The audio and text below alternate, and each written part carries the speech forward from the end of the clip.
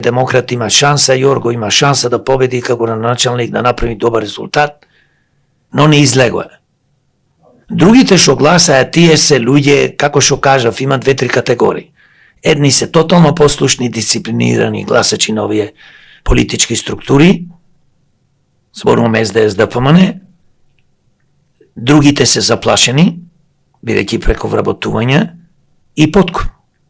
Значи, сите што гласаат за овие, можам слободно да кажам, се заведени, заплашени или некој направил грешка.